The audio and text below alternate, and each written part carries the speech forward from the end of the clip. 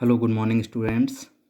Welcome in my video lecture BCA first semester के language and communication में आज हमारा टॉपिक यूनिट फर्स्ट का second topic is structure format of technical writing. इसके बारे में हम स्टडी करेंगे। रिवीजन क्लास है ये बीसीए का। आइए देखते हैं इस टॉपिक के बारे में। Technical writing is an audience centred means of communication. जो टेक्निकल राइटिंग है वो क्या है, एक ऑडियंस सेंटर यानी कि ऑडियंस को ध्यान में रखकर इसमें हम कम्युनिकेशन करते हैं। That provide a reader with clear and easy access to information. इसमें एक रीडर होता है जो कि हमारी कम्युनिकेशन को या डॉक्यूमेंटेशन को इजीली एक्सेस कर सके या इन्फॉर्मेशन जो हम देना चाह रहे हैं उसे इजीली एक्सेस कर सके। इन द बिजनेस वर्ड, अगर बिजनेस वर्ड की बात करें तो टाइम इक्वेट टू प्रॉफिट। जो टाइम है, टाइम प्रॉफिट को इक्वेट करता है। And profit is the force behind all business interaction. और जो प्रॉफिट है वो कब होता है, जब फोर्सली हम बिजनेस के जो इंटरेक्शन है वो प्रॉपरली हम करें। और बिजनेस जब इंटरेक्शन हम करते हैं तो हमारा टेक्निकल राइटिंग एक बहुत बड़ा रोल प्ले करता है इस चीज़ में। ठीक है, the technical writer and reader have a relationship. जो टेक्निकल राइटर होता है यानी कि जो डॉक्यूमेंटेशन करता है या किसी भी लेटर को या रिपोर्ट को लिखता है उसका, और जो रीडर है, ये राइटर राइटिंग को पढ़ने वाला है, उसके बीच में एक रिलेशनशिप होता है। उसी डॉक्यूमेंट या रिपोर्ट के थ्रू रिलेशनशिप होता है। वो the writer recognise respect and address the importance of time in effective and efficient communication by providing document written in specific format। जो राइटर है वो रिकग्नाइज करता है, सम्मान करता है और एड्रेस करता है किसी भी इम्पोर्टेंस का, टाइम की क्या इंपॉर्टेंस है उसके अकॉर्डिंग इफेक्टिव राइटिंग करे और एफिशिएंट कम्युनिकेशन प्रोवाइड करे डॉक्यूमेंट के थ्रू। ओके, एक स्पेसिफिक फॉर्मेट में। ठीक है, जिसका अपना एक स्पेसिफिक फॉर्मेट होता है किसी भी डॉक्यूमेंटेशन का। ठीक है, using unambiguous language to send clearly accessible information. और एक ऐसी इन्फॉर्मेशन वो पेश करता है जो आसानी से एसेसेबल हो सके, यानी कि जो रीडर उसे आसानी से समझ में आ सके। The reader in turn thoroughly understand the information. जैसा भी मैंने बताया था कि जो रीडर है वो आसानी से उस इन्फॉर्मेशन को समझ सके in order to give a thoughtful response, और उसके लिए एक थॉटफुल रिस्पॉन्स भी प्रोवाइड करा सके रीडर। अब हम फॉर्मेटिंग की बात करेंगे। किसी भी टेक्निकल राइटिंग में फॉर्मेटिंग का क्या रोल है इसके बारे में हम देखते हैं। आइए, formatting and appropriate language are the basic design element of technical documentation. कोई भी टेक्निकल डॉक्यूमेंटेशन हम लिखते हैं, रिपोर्ट हो या प्रेजेंट, या हमें किसी की कवर लेटर बनाना है या जॉब इंटरव्यू बनाना है, तो उसका एक सबका एक फॉर्मेट होता है, प्री डिफाइंड या प्री प्लान फॉर्मेट होता है। उसी के अकॉर्डिंग हम इसे राइट करते हैं। और इसमें दो चीज़ मेन है, एक तो फॉर्मेटिंग और दूसरी एप्रोप्रिएट लैंग्वेज। ठीक है, a formal A format that shows A hierarchical structure, यानी कि एक हायरार्किकल यानी कि step by step inter connected जो स्टेप्स हैं वो एक उसका एक स्ट्रक्चर होता है। And A coordinate structure of information, और इंफॉर्मेशन का कोऑर्डिनेट स्ट्रक्चर होता है। Lead the reader through the text, जिसे रीडर के को टेक्स्ट के द्वारा डॉक्यूमेंटेशन में प्रोवाइड किया जाता है। Using appropriate language is significant in providing the reader with reader a significant in providing the reader with a thorough understanding of the purpose of the document। और जो एप्रोप्रिएट लैंग्वेज क्या करती है, किसी भी रीडर को ये प्रोवाइड करती है कि जिसके थ्रू वो जो पर्पज़ है उस डॉक्यूमेंट का उसको आसानी से समझ सके। How the document relates to the readers need, कि जो डॉक्यूमेंट है वो रीडर्स की नीड यानी रीडर्स की जो रिक्वायरमेंट है, जो नीड है, जो ज़रूरत है, जो वो इसमें देखना चाह रहा है वो कैसे फुलफिल होती है, कैसे रिलेट करती है उससे। ये सारी चीज़ें हमारी डॉक्यूमेंटेशन में आ जाती हैं। And what action is expected of the reader, और रीडर क्या एक्शन इससे एक्सपेक्ट करता है ये भी इसमें इंक्लूड होता है। ये डॉक्यूमेंट में have one reader the primary reader और several readers the secondary readers. जो डॉक्यूमेंट है हमारा वो दो तरह के रीडर्स होते हैं, उसमें एक प्राइमरी रीडर और जो कि सिंगल होता है, और सेवरल रीडर्स मतलब बहुत सारे मल्टीपल जो रीडर्स होते हैं वो कहलाते हैं हमारे सेकेंडरी रीडर्स।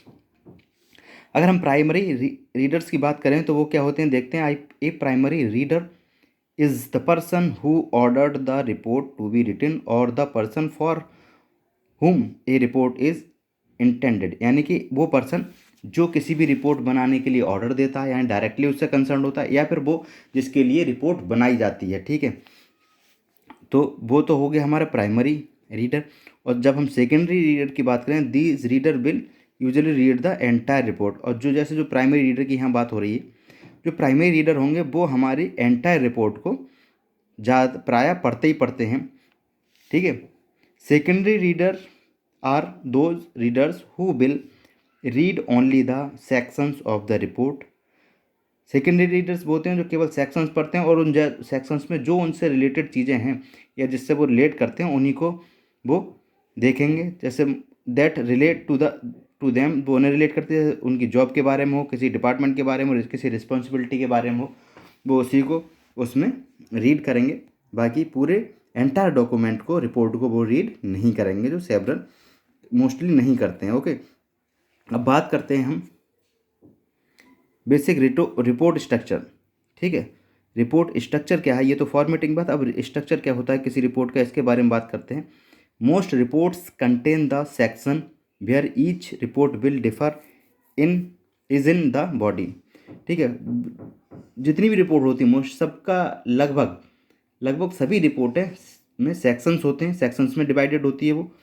और where each report will differ is in the body, और बॉडी देखा जाए, उसका कंटेंट ऑफ बॉडी देखा जाए वो डिफरेंट होता है हर एक रिपोर्ट का। ठीक है, the sections you decide to include will depend on the type of report.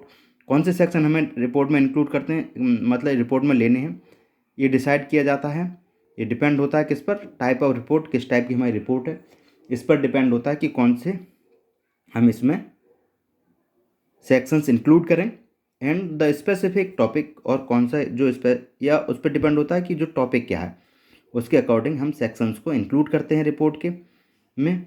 You will usually be expected to decide on the structure of the body yourself, और जो इस रिपोर्ट का स्ट्रक्चर होगा या रिपोर्ट की बॉडी का structure होगा वो आप खुद डिसाइड करेंगे टॉपिक के अकॉर्डिंग। The best way is to put yourself in the place of reader, और किसी अच्छी तरीके से अपनी बॉडी की रिपोर्ट को प्रेजेंट करने का सही तरीका है कि आप रीडर की जगह खुद को रख के सोचें कि जो पढ़ने वाला है वो क्या सोचेगा, तब आप इसे इजीली बॉडी को एक्सप्लेन कर सकते हैं। आस्क योरसेल्फ, खुद से ये पूछें, दो क्वेश्चन है। What does the reader need to know first, यानी जो रीडर है वो क्या जानना चाहता है, और what is the most logic way to develop the story of the project, और इस प्रोजेक्ट की जो स्टोरी है सब बनाने का मेन लॉजिक क्या है, वो क्या है। अगर इन दोनों क्वेश्चन को खुद से पूछते हो और रीडर की जगह खुद को रख के देखते हो, तब आप अच्छी तरीके से रिपोर्ट की जो हमारा सेक्शन है या बॉडी है उसे आप डिस्क्राइब कर सकते हो। A report usually has the following component, reports के फॉलोइंग कंपोनेंट्स होते हैं। दैट इज, फर्स्ट इज, सबसे पहले टाइटल पेज आ जाएगा, फिर summary, then table of content, then introduction, then body of the report, then conclusions and recommendations, and last is references and appendix. Okay, अब बात करते हैं टाइटल पेज। टाइटल पेज की का क्या रोल है, टाइटल पेज को कैसे हम डिजाइन करते हैं, टाइटल पेज में क्या क्या चीज़ें इंक्लूड होती हैं हमारी, देखते हैं। This page gives the title of the page, page का टाइटल क्या है। ओके, ये चीज़ें हमारी इस पेज में आएंगी। The author's name and student ID, author है जो उसका नाम या स्टूडेंट की आईडी इसमें आएगी।